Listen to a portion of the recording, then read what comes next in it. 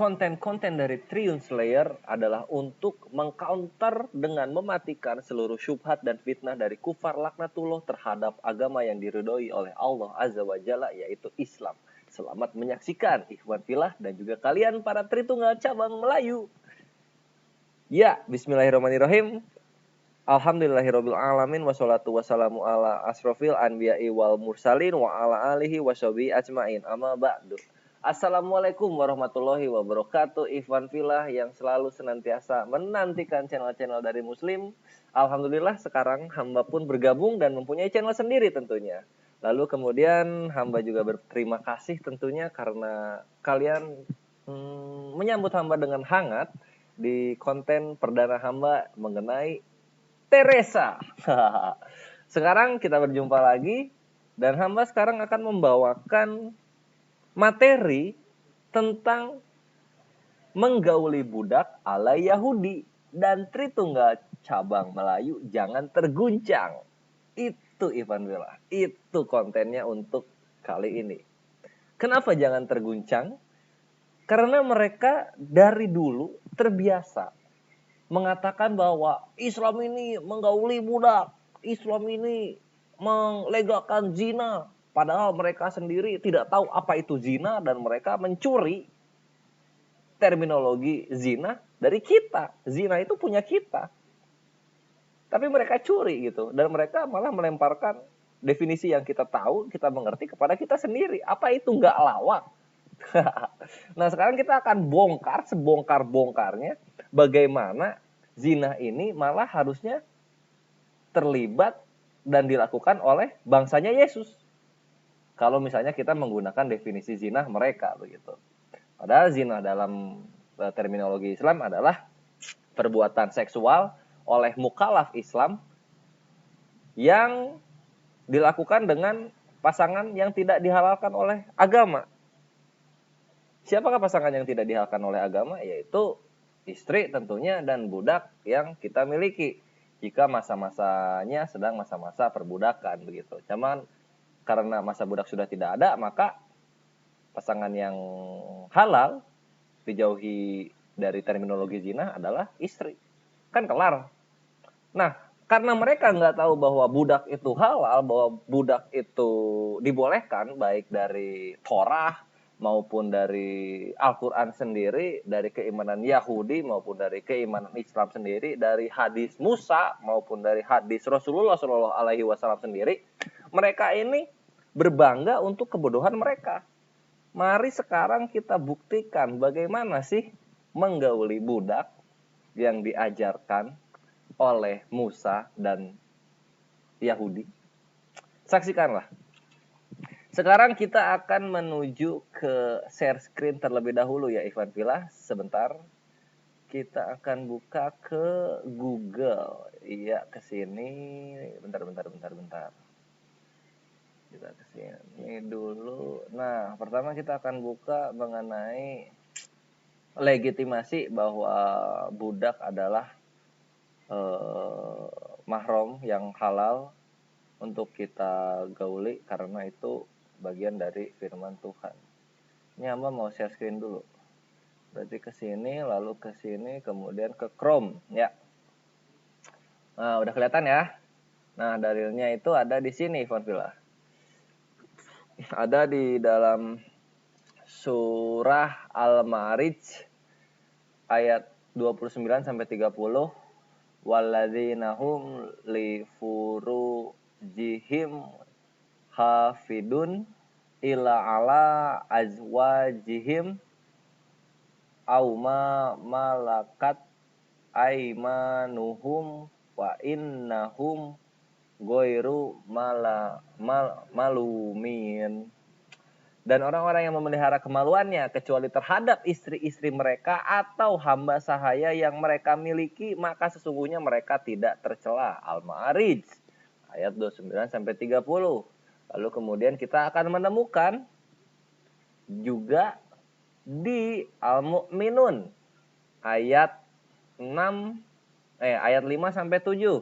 Dan orang yang memelihara kemaluannya kecuali terhadap istri-istri mereka atau hamba sahaya yang mereka miliki, maka sesungguhnya mereka tidak tercela. Tetapi barang siapa mencari di balik itu, nah, jika mencari di balik itu jatuhnya zina, maka mereka itulah orang-orang yang melampaui batas. Lalu kemudian jika kita lihat di Al-Ahzab 30, di sini makin diperjelas, wahai Nabi, sesungguhnya kami telah menghalalkan bagimu istri-istrimu yang telah engkau berikan mas kawinnya dan hamba sahaya yang engkau miliki, termasuk apa yang engkau peroleh dalam peperangan yang dikaruniakan Allah untukmu. Nah, jadi yang dihalalkan itu adalah istri-istri yang telah engkau berikan mas kawinnya, berarti ini menggunakan akad nikah, dan hamba sahaya yang engkau miliki.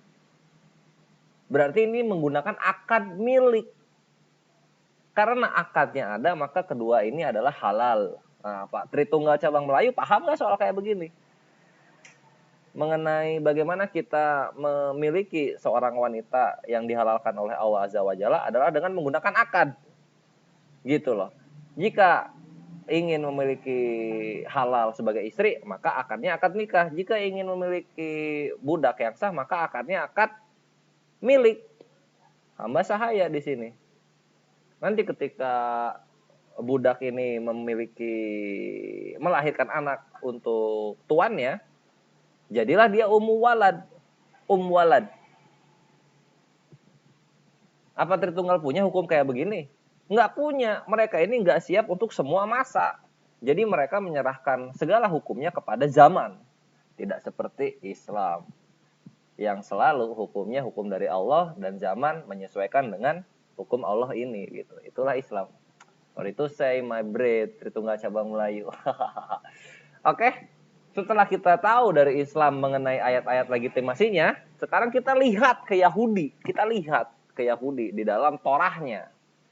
Kita lihat yang terjemahan aja dulu ya. Nah, ini ada di apa ini ya ayatnya? Imamat 19 ayat 20 bisa kita lihat. Di sini tertulis dan tersurat apabila seorang lelaki bersetubuh. Salah ngeblok. Apabila seorang lelaki bersetubuh dengan seorang perempuan, yakni seorang budak perempuan yang ada di bawah kuasa laki-laki lain, tetapi yang tidak pernah ditebus dan tidak juga diberi surat tanda merdeka.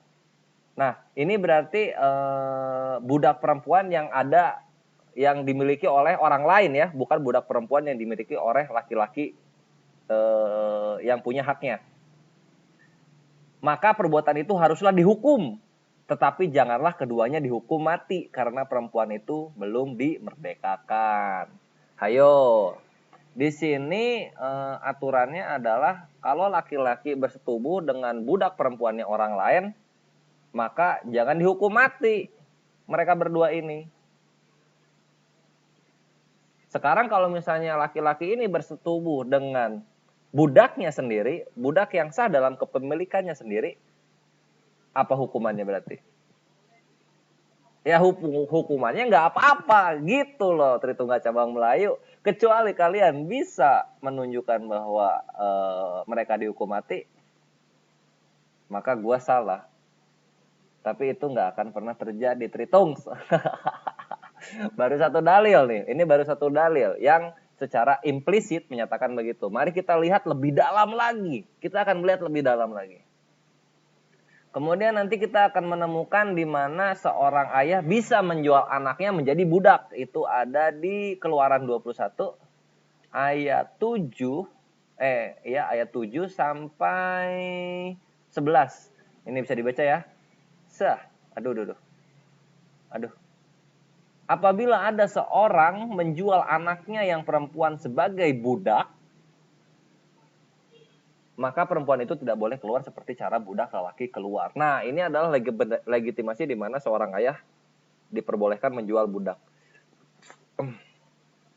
Jika perempuan itu tidak disukai tuannya yang telah menyediakannya bagi dirinya sendiri, maka haruslah tuannya itu mengizinkan ia ditebus.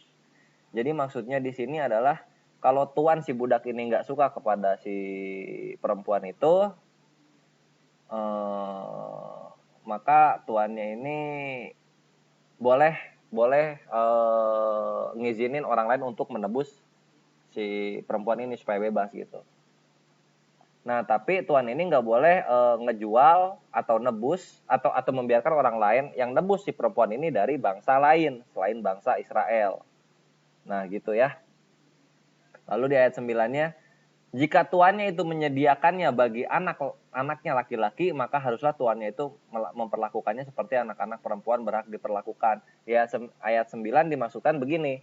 Kalau tuannya itu mempersiapkan si perempuan ini, si budak perempuan ini untuk anaknya yang laki-laki, ya berarti harus diperlakukan seperti anak-anak perempuannya sendiri gitu. Gitu. Nah, terus yang di 10-nya nih, ini yang kocak. Di Imamat 21 ayat 10. Imamat apa? Keluaran 21 ayat 10. Jika tuannya itu mengambil perempuan lain, nah, kalau misalnya tuan ini melakukan poligami, duar, kok ada poligami di sini? Ia tidak boleh mengurangi makanan perempuan itu, pakaiannya, dan persetubuhannya dengan dia. Oh my dog. Inilah yang gue bilang, menggauli budak itu dari dulu udah ada, dan Allah Azza wa Jalla melegitimasi hal tersebut. Ini lo lihat, persetubuhan dengan dia, tuannya persetubuhan dengan dia, tuannya lagi persetubuhan dengan dia lagi. Sekarang Tritung Syabang Melayu mau ngomong apa mengenai hal ini? Coba mau ngomong apa dia? Oh, itu kan alegori. Alah, lagu lama alegori semua ayat yang tegas lu bilang alegori, Tritung. Nah, ini di Keluaran 21 ayat 10 Ivan Vilahya diinget-inget. Jadi perikopnya itu dari Keluaran 21 ayat 7 sampai 10. Bersetubuh dengan budak boleh. Bahkan kalau di Islam itu kalau kita bersetubuh dengan budak yang di luar milik kita, jatuhnya itu zina loh. Tapi dalam Torah itu dibolehkan. Jatuhnya zina kemudian dirajam. Nah, kalau di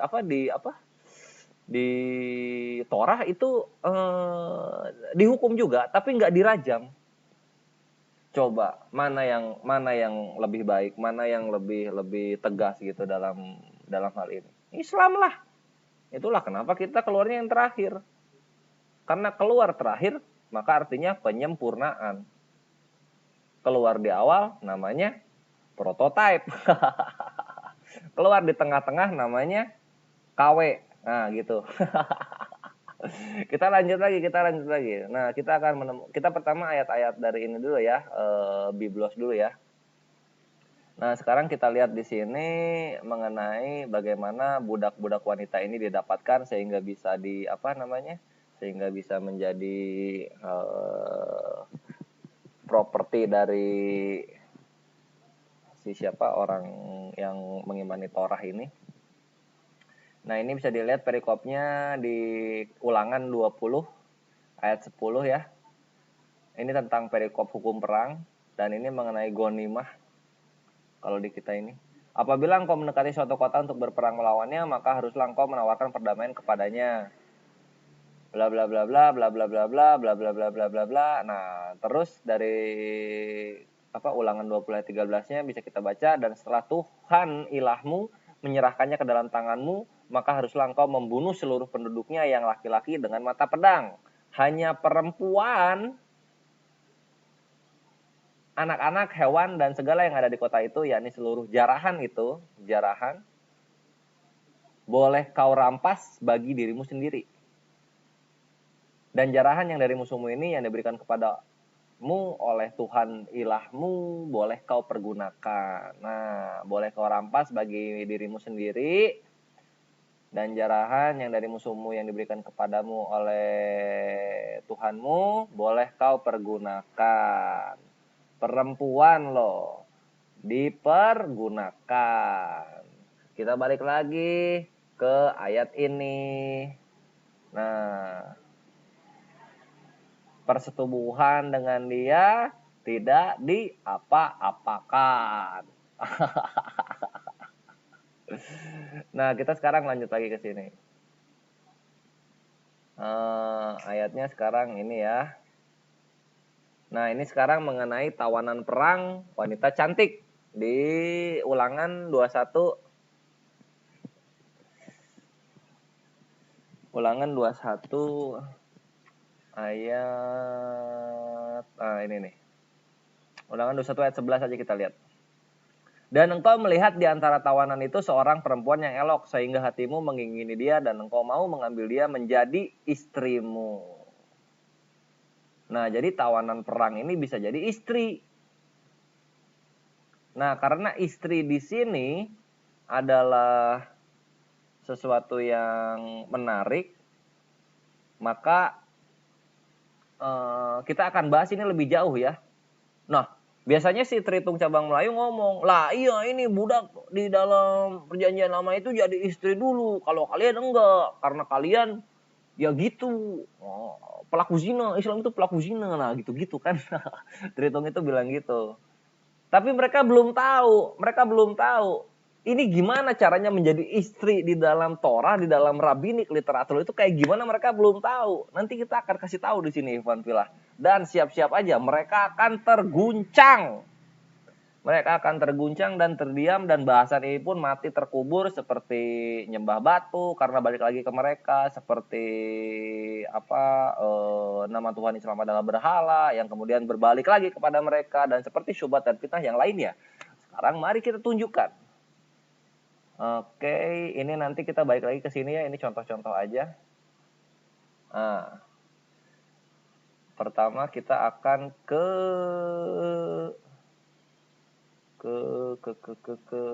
ntar ini ke sini dulu.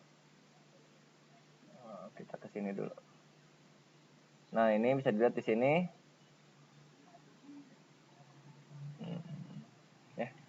Kemana nih? Oke.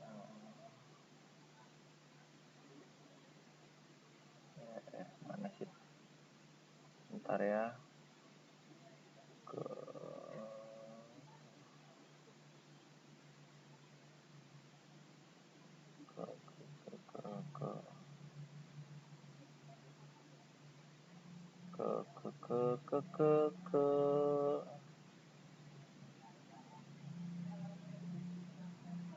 Nah, ini dia. Nah, ini ya, dikidusin atau mengenai mengenai kesucian dari cewek itu, ini adalah bagian dari Talmud. Di sini Rabbi Elazar menjelaskan halakha of rival wives atau istri-istri tandingan as to whether the rival wife of a Yevama who is forbidden relative of the Yavam. Nah, di sini the rival wife of Yevama, jadi istri tandingan dari istri lain dari istri utama Yevama. Yevama itu adalah siapa sih? Yevama ini adalah orang Israel yang meninggal dan meninggalkan istri begitu. Nah, terus Yavam ini adalah istri yang ditinggalkan. Is obligated in or exempt from levirate marriage. Nah, levirate marriage ini adalah turun ranjang, Ivan Villa. Turun ranjang. They consider that a mamzer. Nah, mamzer ini kalau di dalam Inggrisnya adalah bastard. Kalau di kita itu artinya anak haram. Nah, itu ya. Is only the offspring born from one whose prohibition is a prohibition of forbidden relatives and punishable by karet. Nah, anak haram itu hanyalah keturunan yang terlahir dari hubungan terlarang terhadap mahram, dan yang hukumannya adalah karet atau hukuman mati secara agama. Nah, ini yang di bold, ini yang menarik. Since engaging in intercourse with a Gentile or a Canaanite slave is not punishable by karet. Nah, kan? Karena bertunangan dengan making love dengan Gentile atau orang bukan Israel, atau dengan budak Canaanite slave ini, budak yang non Israel ya, itu tidak dihukum dengan hukuman mati secara agama, karet. Duar. Lebih sempurna mana? Yang lebih sempurna Islam lah. Islam kalau misalnya berhubungan badan dengan selain budak miliknya, apalagi istri di luar istrinya, maka hukumannya rajam, mati. Gitu. Ini nggak dihukum mati gitu kan. Yang menarik adalah begini. Yang makin menarik, kita balik lagi ke sini. Sebentar. Kita balik lagi ke sini. Nah, ini kan istrimu. Ini kan istri. Jadi budak yang dinikahi itu mesti jadi istri. Enggak gitu juga. Enggak gitu juga. Karena istri itu didapatkannya adalah menggunakan 3 poin, Ivan Villa. Lihat nih. Lihat dan perhatikan. Misnah atau hadisnya Musa mengenai kidusin 1 ayat ke-1. A woman is acquired by becomes betrothed to a man to be his wife in 3 ways. Nah, kan? Lihat nih. Seorang perempuan didapatkan, dimiliki, dan menjadi bertunangan kepada laki-laki untuk menjadi istrinya dengan 3 cara. And she acquires herself, atau she terminates her marriage in 2 ways.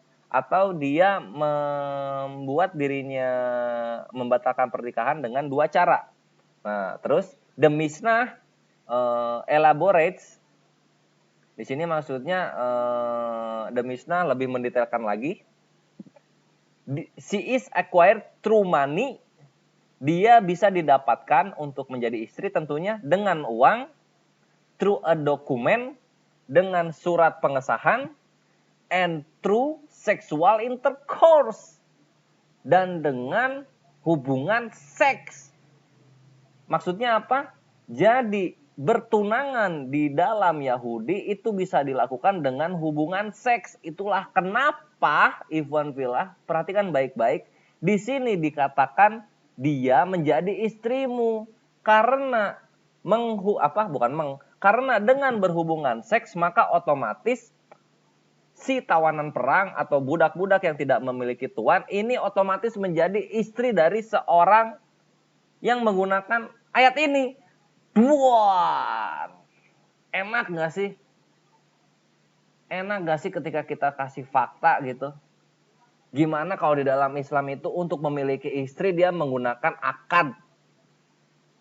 Menggunakan akad, atau yang bahasa Indonesianya itu menggunakan perjanjian. Perjanjian nikah, akad nikah. Lah, sedangkan di dalam keyahudian atau agama yang dianut oleh bangsanya Yesus, dan Yesus mengimani juga, cewek ini bertunangan bisa dengan 3 cara, yaitu pakai dokumen. Bentar, kok jadi kesini?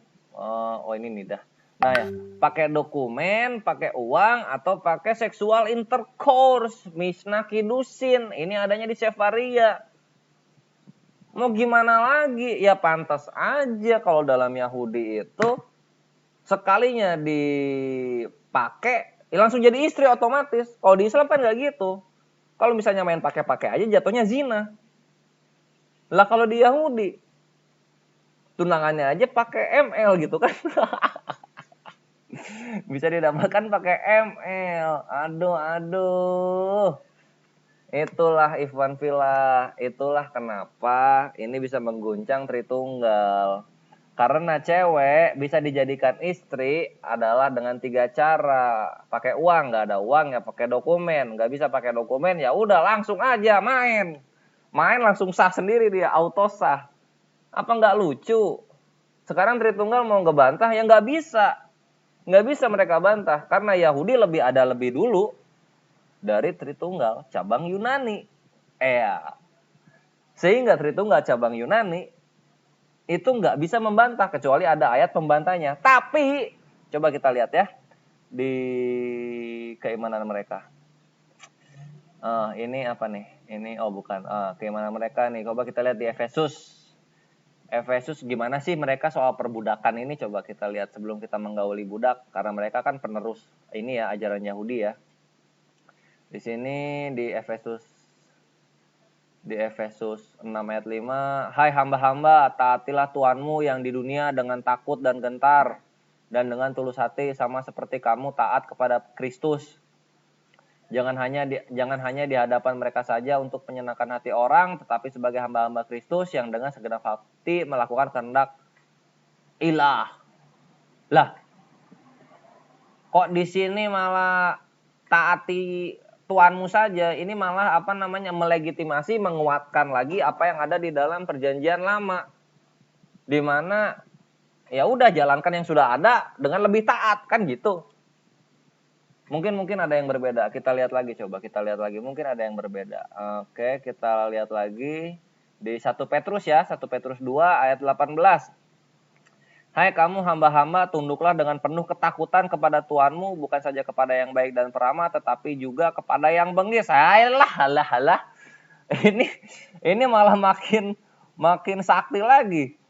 Yang bengis coba, yang mainnya kasar di atas ranjang kali maksudnya ya. Ini mesti lebih taat lagi. Aduh, tunduk bre, bukan taat lagi, ini mesti tunduk, patuh tanpa protes. Nah, ini sekarang kita lihat Yesus di 12:47. Adapun hamba yang tahu akan kehendak tuannya tetapi tidak mengadakan persiapan atau tidak melakukan apa yang dikehendaki tuannya, ia akan menerima banyak pukulan. Nggak jauh beda. Ini dari Yesus Yunani sampai murid-muridnya ya sama aja, hanya meneruskan ajaran-ajaran terdahulu. Apalagi mengenai perbudakan, apalagi mengenai menggauli budak ala Yahudi. Demikian yang Triun Slayer bisa sampaikan, Ivan Villa. Di save aja ayat-ayatnya ini. Kalau misalnya nggak tahu, nanti tinggal japri, tinggal nanya, hamba akan berikan lebih detailnya lagi. Intinya menggauli budak ini lebih barbar lagi di dalam keyahudian atau di dalam agama yang dianut oleh bangsanya Yesus. Tritunggal jangan terguncang, karena ini mesti kalian terima kenyataannya. Cewek bisa disebut istri kalau dilakukan dengan uang, dilakukan dengan dokumen, atau dilakukan dengan making love langsung. Enak nih ayatnya. Wah, sweet revenge. Ya, hamba Triun Slayer, sekian dari hamba. Billahi taufiq wal hidayah. Assalamualaikum warahmatullahi wabarakatuh.